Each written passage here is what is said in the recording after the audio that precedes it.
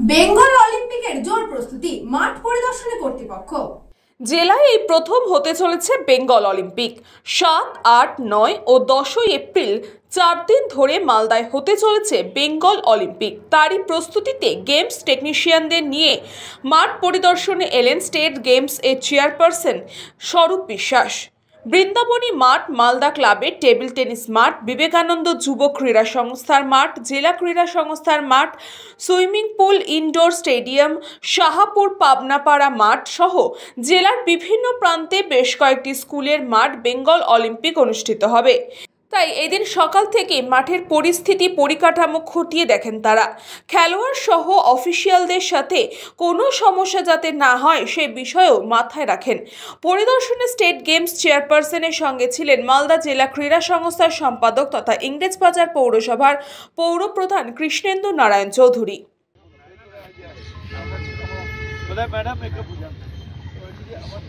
এই মাঠটাকে সরলদা, এই মাঠটাকে একটু লেভেল কোথায় কি কি করতে হয়, যেটা ওটা করলেন আপনি, একে বুঝিয়ে দিয়ে এটাকে করতে হবে।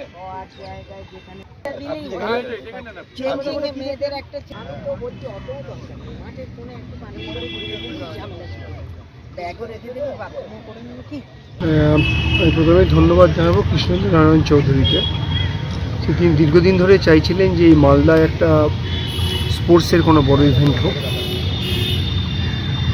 তার জন্য আমরা বেঙ্গল অলিম্পিক অ্যাসোসিয়েশনের পক্ষ থেকে এখানে স্টেট গেমস আমাদের অনুষ্ঠিত হতে চলেছে 7, 8, 9, 10, 7, 8, 9, 10 এবং তারই প্রস্তুতি পর্বের দ্বিতীয় পর্বে আমরা আসলাম। প্রথমবার এসে আমরা দেখেই গেছিলাম। দ্বিতীয় পর্বে এসে আমরা মাঠগুলো পরিদর্শন করছি, কোথায় কীভাবে কাজ হচ্ছে না হচ্ছে সেগুলো দেখছি।